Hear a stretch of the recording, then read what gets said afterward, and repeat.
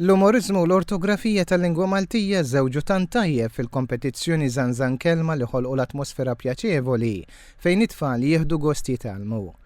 Il-kompetizzjoni li ssir għal-Jum Ewropew tal-Lingwi hija maħsuba l-tfal ta' bejn 8 u 13-il sena.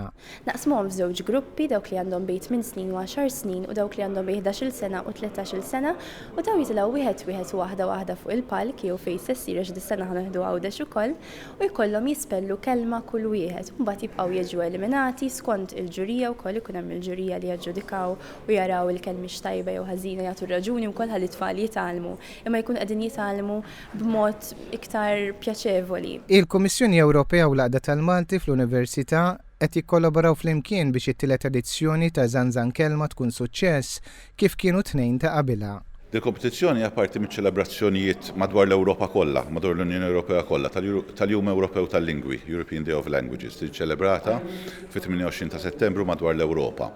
Dik konninna norganizzawha mal-Għaqda tal-Malti tal-Università, konna nagħmlu fira ċelebrazzjoni lingwistika li ħanamlu għad is-sena, però nbaġġet l-idea tal-spelling bee ta' Zanzan Kelma 3 snin ilu. Il-Ministru tal-Edukazzjoni Everst Bartolo faħħar din l-inizjattiva x'qal li din qed biddel il-mentalità tat-tfal minn waħda li jiddejqu jitalmu l-lingwa għal waħda li jieħdu gost. Aktar minn 50 tifel u tifla diġà rreġistraw biex jieħdu sehem fuq il-paġna tal-Facebook tal-Għaqda tal-Malti.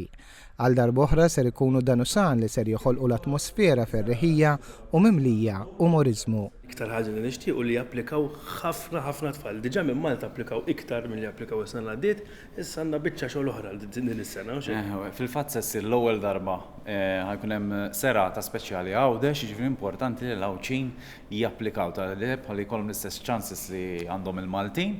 U apparti minn hekk aħna iktar ma jkun hemm tfal, iktar ikun hemm atmosfera sabiħa, aħna għamilniha l-ewwel darba s-sena l-oħra u vera ħadna gost, ġifieri anke l-ġenituri u hekk ejjew waraw it-tfal tagħkom għax apparti li pjaċir tal-tifel tiegħek ħadd tkun serata tajba li titħaq u tieħu gost. Kunu parti minn dan l-ispettaklu tal-Isiem Malti.